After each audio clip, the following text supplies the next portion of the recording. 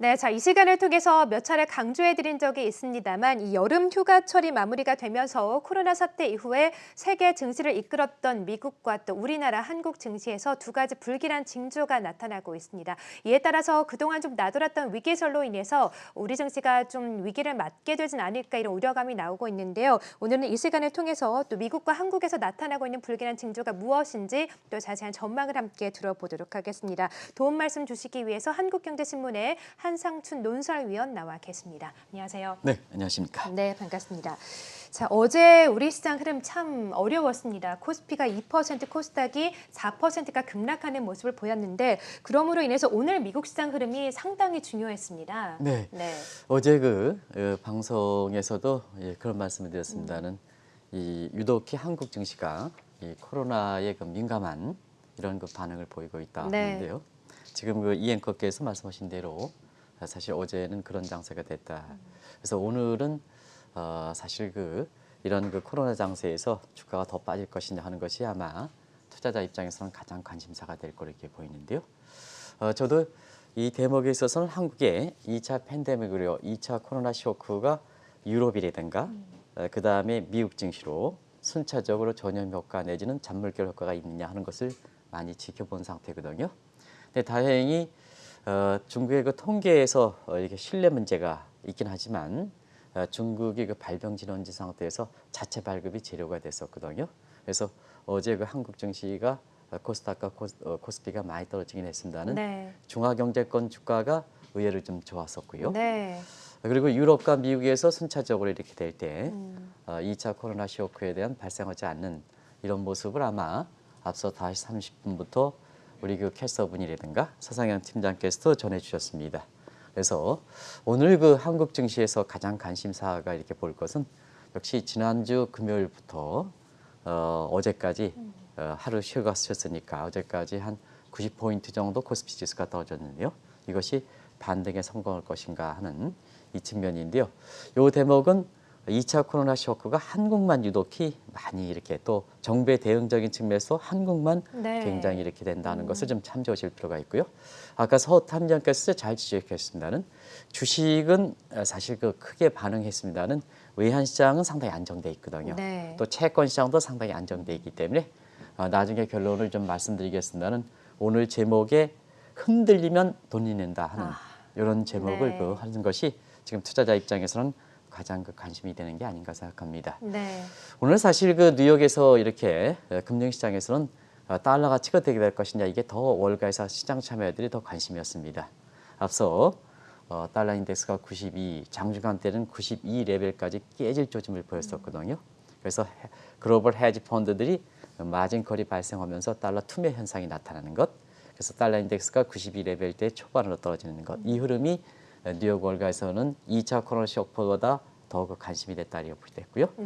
자연스럽게 물론 이제 금과 이렇게 달러 가치는 완전한 대체 관계는 아닙니다는 우리가 금값이 상승하는 요인을 이렇게 요인 분석, 팩터 어널리시스에 보면 지금은 실질 금리가 떨어지는 것이 가장 이렇게 크게 영향을 미칩니다. 두 번째는 기대 인플레이션, 세 번째가 달러 가치가 떨어지는. 그러니까 국제 금값이 대체 관계에 의해서 강세가 되는 거죠. 이런 세 가지 원인인데요.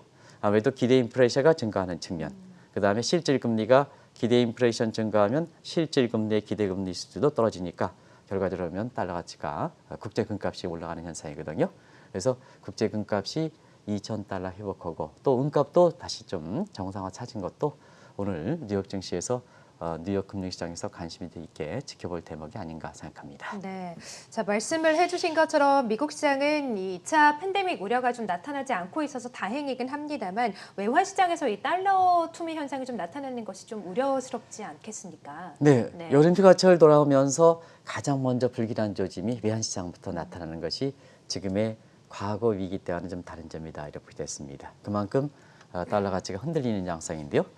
이 앵커께서도 방송을 워낙 이렇게 베테랑으로 이렇게 시청자분의 신뢰가 높습니다는 사실 코로나 직후에는 대부분 다 안전 통화에서 달러 강세를 예견한 사람이 많았지 않습니까? 근데 예상과 달리 달러 강세와 달리 달러 가치가 많이 떨어진 상황이거든요.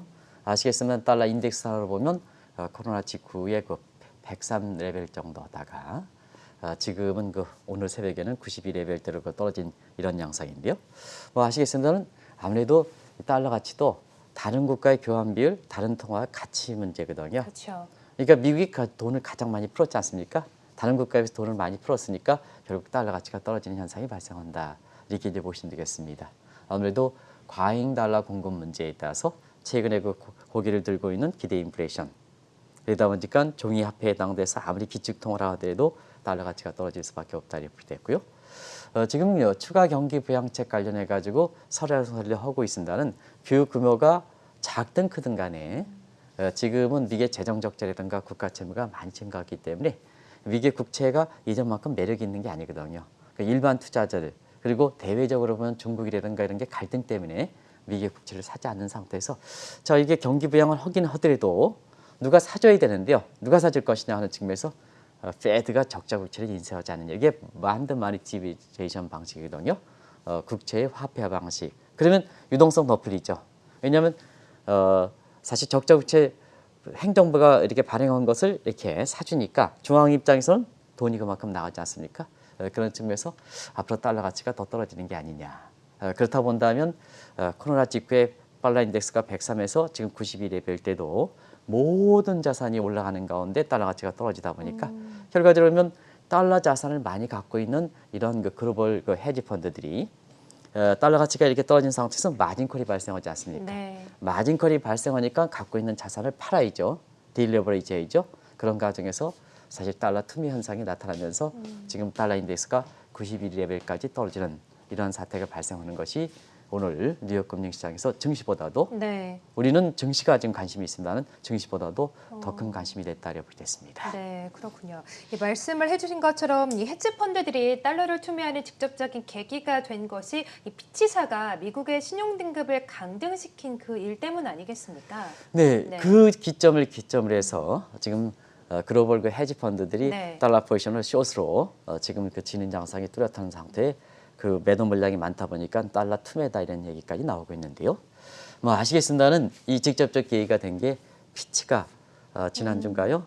미국의 국가 신용 등급의 전망 부분, 네. 실제 등급이 아니라 향후 6개월을 어떻게 가져갔겠다 예. 하는 이런 전망 부분에 스테이블에서 네거티브로 안정적에서 부정적으로 하는 것이 사실 직접적 계기가 됐다고 됐습니다. 물론 그 이전에는 유럽의 경기 부양책 같은 거 이런 것도 유로화 강세를 일으켜 주면서 달러 가치가 상대적으로 떨어지는 요인이 작용했습니다는 아무래도 직접적 계기는 피치사가 미국의 국가 신용등 전망을 이렇게 떨어뜨린 거다 이렇게 됐습니다.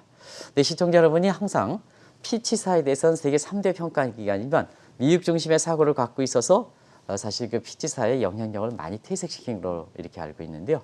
물론 마켓 쉐어로 볼 때는 미국의 무디스라든가 피치사에 비해서 월등히 늦습니다. 네. 그렇지만 미국의 지금 이기주의 보호주의 때문에 아무래도 공정한 평가 기관이라 하더라도 미국의 무디스라든가 그다음에 S&P 같은 경우에는 사실은 미국에 대해서 신용 등급을 어떤 식으로 매트해도 신뢰가 좀 떨어지는 측면이 있지 않습니까? 그래서 제3자에 해당되는 유럽의 피치사가 미국의 국가 신용 등급을 조정하는 것은 신뢰도 면에서 오히려 미국의 S&P라든가 무디스보다 신뢰가 높다 이렇게 보겠습니다. 근데 이제 가장 큰 관건은 미국의 국가 신용등급을 왜 떨어뜨리냐? 캐시플로우 문제입니다. 캐시플로우 문제에서 지금의 캐시플로우 문제에서 가장 큰 관심이 되는 것은 트럼프 대통령이 막 쓰니까 대선 앞선 막 쓰니까 국가 채무가 그만큼 늘어나는 거죠. 그래서 내년도에 미국의 국가 채무가 한 GDP 대비해서 130% 올라갈 것이다. 그러면 아무리 미국이 중심 국가라 하더라도 적자 국채와 빚이 많으면 안 되는 거거든요. 대체로 위험 수위가 GDP 대비해서 100%인데요. 130%까지 올라간다. 그러면 투자자 보호를 위해서는 신용 등급을 경고를 줘야죠. 네. 그래서 전망 부분을 강등시키다 보니까 결국 달러에 대한 신뢰가 떨어지는 상태에서 달러 투매, 달러 인덱스 떨어진다 이렇게 됐습니다. 네, 그렇군요. 자, 그러면 이렇게 헤지 펀드들이 달러를 투매하게 된다면 그동안 계속해서 좀 나돌았던 달러가 좀 휴지 조각이 된다 이런 우려는 어떻게 될까요? 네, 우리가 이 방송을 통해서 6개월 전에 이렇게 레리그 이렇게 달러스라든가 이 사람들이 이제 달러 가치가 폭락할 것이다. 이런 기후 때문에 가시사키라든가 이런 사람들이 달러 가치가 아주 종이조각이 될 것이다 이런 얘기를 말씀드렸는데요. 달러 투매 현상이 나타나면서 다시 한번 달러 가치가 휴지 조각이 될 것이다. 물론 극단적 표현이 되죠. 그런 측면에서 이런 게 나타난다 이렇게 보겠습니다. 그러면 상당히 좀 구조적 성격을 갖고 있다 이렇게 보시면 되겠거든요. 그럼 유동성 문제는 페드가 달러 가치를 이렇게 극복하기 위해서 회수하면 달러 가치가 안정되지 않습니까? 근데 사실은 그 구조적 문제에서 나타나면 페드가 돈을 회수한다 하더라도 달러 가치가 약세가 지속될 수밖에 없는 구조적 요인이 있다는 얘기거든요. 그런 각도에서 보면 몇 가지 구조적 요인이 있죠. 그게 이제 대표적으로 보면 아시겠지만 이기주의, 그 다음에 이렇게 보호주의 때문에 지금은 중국이라든가 이런 국가에서 외환보유에 있어서 달러를 많이 보유하지 않거든요. 소위 탈달러 움직임. 이게 사실상 뭐냐 구조적 성격을 갖고 있다 이렇게 됐습니다.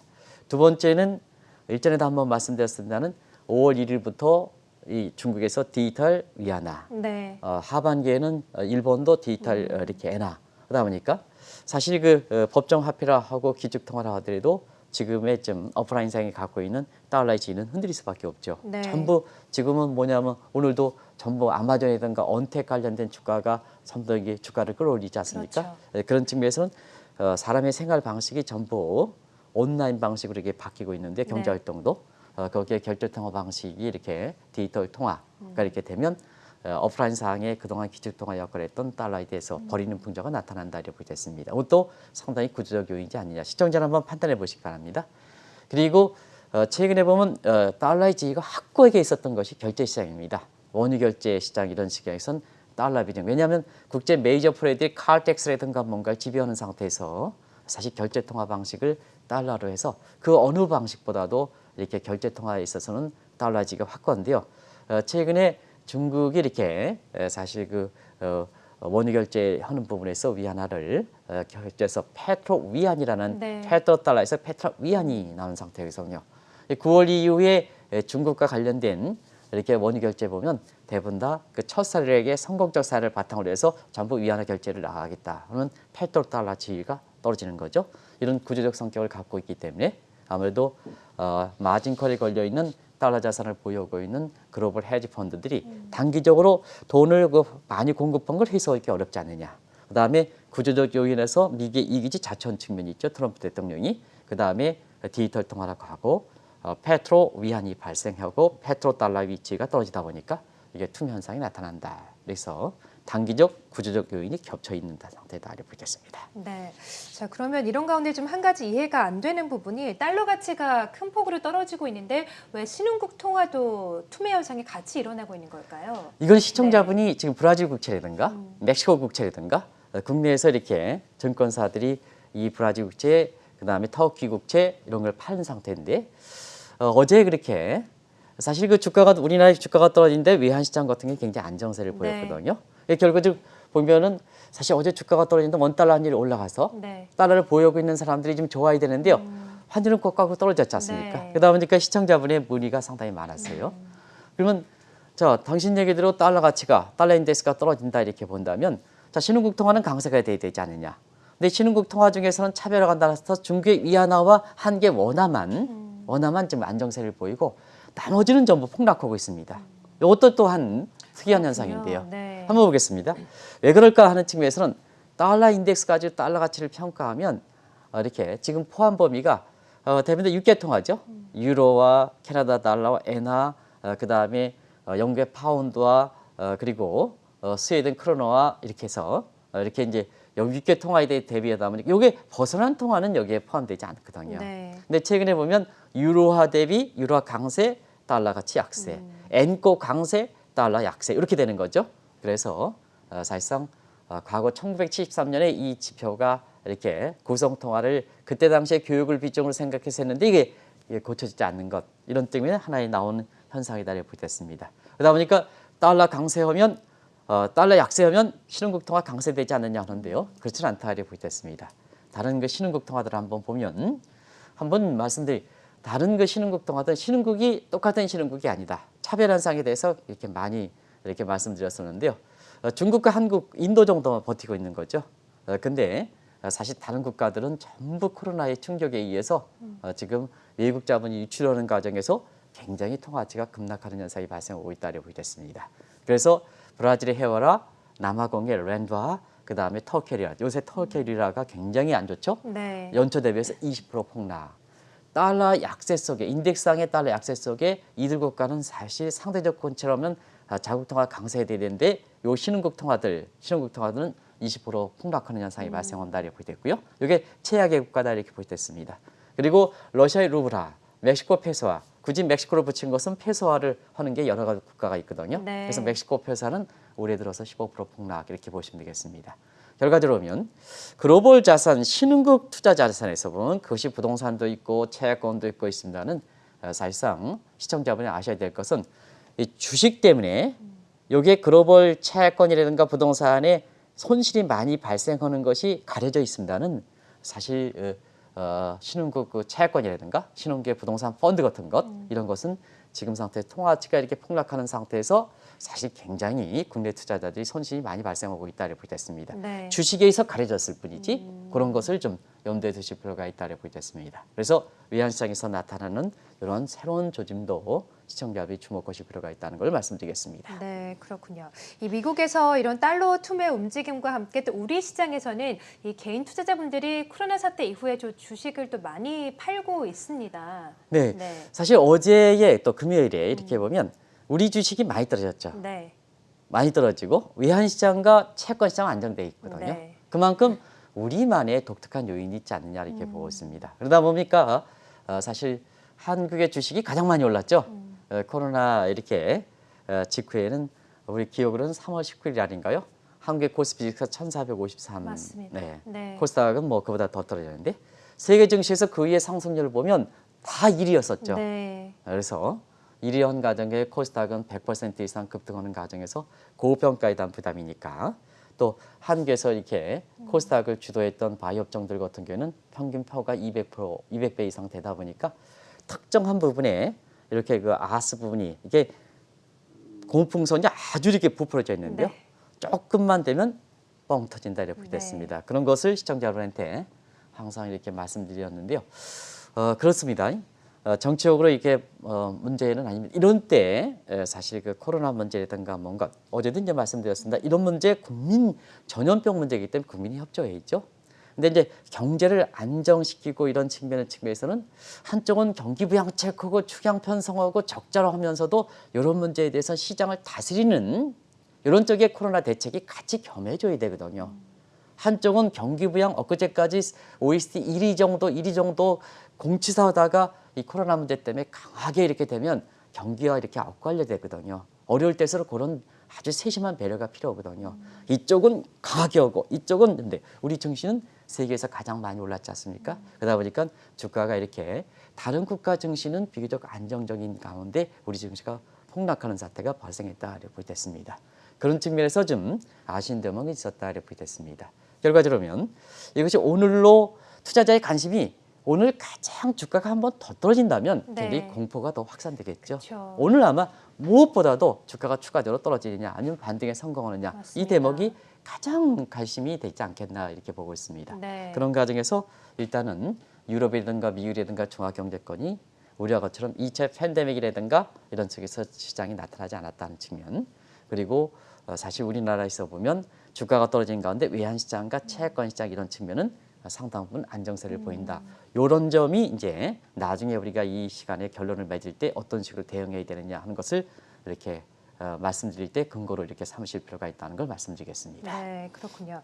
자, 문제는 이제 한국 시장, 우리 시장에서 이제 개인 투자자분들이 이렇게 주식을 매도하는 현상이 전 세계적으로 확산되지 않을까 이런 우려감이 아니겠습니까? 어떻게 보십니까? 이 대목은 이제 어제도 말씀드렸는데요. 정책은 중앙은행 정책은 확실하게 코로나 사태를 극복하기 위해서 전향적 입장을 갖고 있다. 뭐든지 베푼다, 뭐든지 지원해준다 하는 입장이다 이렇게 됐습니다. 그런 측면에서 이렇게 페드라든가 그다음에 중앙은행의 역할에 있어서는 지금 상태에서 뭐 주가가 떨어지거나 경기가 떨어지면 상당히 어려운 거죠. 네. 그래서인데요. 그런 측면에서는 결국 시장 참여자들이 어떻게 심리를 갖고 있느냐가 중요하다 이렇게 됐습니다. 맞습니다. 그래서 지금부터는 증시적인 측면에서는 시장 참여자들, 주식 투자자분이 지켜가는 겁니다. 이러한 그 사태가 이렇게 발생했을 때 똑같은 사태가 발생했을 때 반드시 그거 가지고 비교할 것은 아닙니다는 우리 주가가 많이 올라간 측면이 있긴 하지만 이게 부한해동해서 이렇게 시장에 지켜줄 대목이 이렇게 시장 참여자들이 이렇게 흔들릴 경우에는 굉장히 주가가 더 떨어져서 결국 투자자분들의 손실이 되는 거고요. 그다음에 미국이라든가 이런 측면에서 이렇게 보면은 사실 본질적 문제가 뭘까 하는 이런 측면에서 상당히 평정심을 유지하면 그동안 이렇게 주가 상승이라든가 이런 측면에서 재산을 번 것이 실용화돼서 자기의 손수 수득으로 된다 이렇게 보실 수 있습니다. 그래서 지금부터는 정책 당국에선 다 풀어줬기 때문에 지금부터는 시장 참여들이 어떤 역할을 하느냐 하는 것이 굉장히 중요하다. 시장 참여들의 역할이 중요하니까 이런 한국경제TV의 것처럼 제3자 방송을 하는 이러한 그 공공성을 띠고 있는 이런 방송에서 상당히 어떤 그 가이드 역할을 하느냐가 중요하다 이렇게 보겠습니다. 네. 어제 같은 경우에도 사실 그 갑작스럽게 지난 금요일 날 코스피가 30포인트 떨어지고 어제 같은 경우는 70포인트, 80포인트 떨어지다 보니까 차트를 분석하는 사람은 또다시 그런 것을 빈밀히 해서 아니 차트가 꺾였으니까 그것도 급락했으니까 더 떨어집니다. 이런 식으로 이렇게 해서 사실 방송하다간 한국이 증시가 떨어지고 코로나 사태에서 2차 팬데믹 되는데 한국 경제가 이렇게 무너질 이런 가능성도 있지 않습니까? 그런 과정에서는 사실 단순히 차트 분석, 글로벌에서 흘러가는 이런 국제 자금 흐름이라든가 증시 모습이라든가 이런 것을 감안하지 않고 단순히 차트 분석 이런 쪽으로 해서 몰아가는 이런 팩터 같은 경우는 우리가 반드시 건절해야 된다는 걸 말씀드리겠습니다. 네, 자 그렇습니다. 자 그러면 코로나 사태 이후에 세계 증시를 좀 이끌었던 미국에서는 달러 투매 현상이 나타나고 우리나라 시장에서는 주식 매도 현상이 나타나고 있는데요. 앞으로는 어떻게 하면 좋을까요? 일단 국내 그 이렇게 투자자분들이 달러를 좀 많이 갖고 있지 않습니까? 이런 측면에서는 한국경제TV 이 방송을 통해서 코로나 직후부터 모 금융사 회장이라든가 증권사 회장 이런 분들이 코로나 직후에는 믿을 것은 기축통화뿐이 없다. 그렇지 않습니다. 그렇지 않습니다. 이 방송에서는 달러를 사지 마실 것을 권유했습니다. 지금 상태에서 글로벌 달러 자산들이 달러 가치 모든 자산이 올라가는데 달러 가치가 떨어지다 보니까 마진콜 현상이 발생하고 있거든요. 네. 그래서 지금은 포지션 조정 차원에서 숏 포지션 이렇게 과도한 숏 포지션이 되면서 달러 투매 현상이 나다 보니까 결과적으로 보면 지금 만약에 외화를 투자하신다 이렇게 본다면 달러 문제는 사실 보수적으로 접근하실 필요가 있다는 걸 말씀드리겠습니다. 오히려 같은 통화를 산다면 지금은 스위스 프랑과 항상 관계입니다. 스위스 프랑 많이 올랐습니다. 네. 스위스 프랑, 그다음에 엔화 그리고 위안화를 사실 것을 권유하겠습니다. 한국 원화 가치도 미 달러에 대해서는 강세를 보이고 있습니다. 1,285원에서 어제 1,185원대니까 100원 정도 원화가 강세됐지 않습니까? 달러 사면 그만큼 손실을 기록했지 않습니까? 그래서 달러는 중장기적으로 보더라도 달러 가치가 떨어지니까 어떤 사람은 차리 피킹 차원에서 달러를 사면 되지 않느냐를 생각하는데요. 달러는 그렇게 하지 마시기 바랍니다. 그러면 주식을 어떻게 하느냐 하는 측면에서 보면 주식은 지난주 그 금요일 이후에 30포인트 어제 이제 장 마감에 좀 회복돼서 60포인트 정도에서 90포인트 이렇게 떨어졌습니다는 너무 위기설에 이렇게 민감할 필요는 없다. 항상 말씀드리는 균형을 좀 강조할 필요가 있다는 것을 말씀드리겠습니다. 쏠림 현상. 그래서 이 뒤늦게 이제 비관론자들, 뒤늦게 비관론자들이 아시겠습니다는 줄기차게 비관론을 이렇게 얘기하다가 최근에는 주식이 이렇게 올라가는 것은 지난주부터 다시 이렇게 주식뿐이 없다 이렇게 해서 바뀌고 있는데요. 이 비관론자들이 뒤늦게 주식뿐이 없다 이렇게 얘기하면 그때는 신중을 기할 필요가 있다. 그런데 그렇다고 해서 최근에 그 지난주 금요일에 주가가 이렇게 많이 떨어지는 부분에 대해서 일부 이익을 편승해서 한국 증시가 무너진다. 소위 미네르바 신드롬 이런 것을 하는 것은 진짜 금융당국에서 금융당국에 대해서 좀 제가 꼭 좀 말씀드리겠습니다.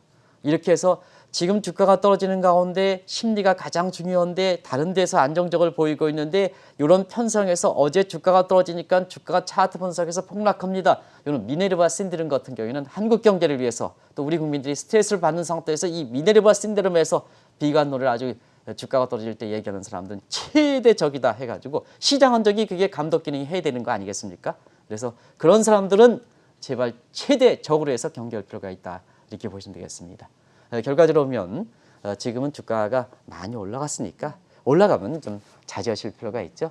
그래서 지난달부터 이렇게 강조했던 미국에서 보면 빵주라든가 마가업종이라든가 물론 기술주가 사실 안 간다는 건 아닙니다. 근데 주가가 좀 많이 올라온 상태입니까? 네. 베이스 이펙트, 기저효과 때문에 앞으로 똑같이 올라가도 수익률은 떨어지는 거 아니겠습니까? 분모가 많이 올라갔으니까. 예. 그러다 보니까 그때는 사실 이렇게 2차 팬데믹과 리스크에 대비하는 것이 더 좋다 하는 측면에서 차익 실현을 강조했고요.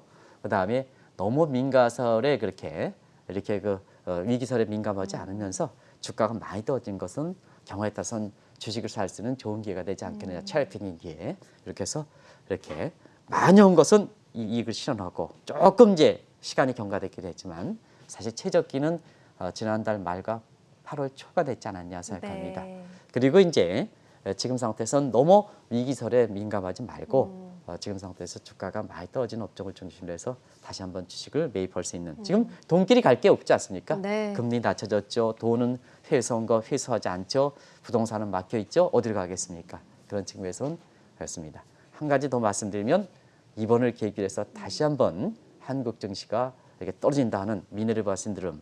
한국의 코스피가 많이 오른 상태에서 떨어지지 외환시장과 그다음에 채권시장 안정돼 있다.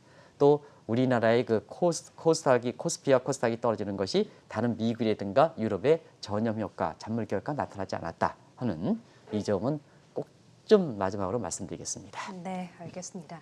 자, 코로나 사태 이후에 세계 증시를 이끌었던 미국에서는 달러 투매 현상이 일어나고 또 우리나라에서는 주식 매도 현상이 일어나고 있는데요. 이런 상황 속에서 어떻게 균형을 잡고 투자를 해 나가야 되는지 또 앞으로 전망은 어떤지 함께 이야기 들어봤습니다. 지금까지 한국경제신문의 한상춘 논설위원과 함께했습니다. 말씀 고맙습니다. 네, 고맙습니다.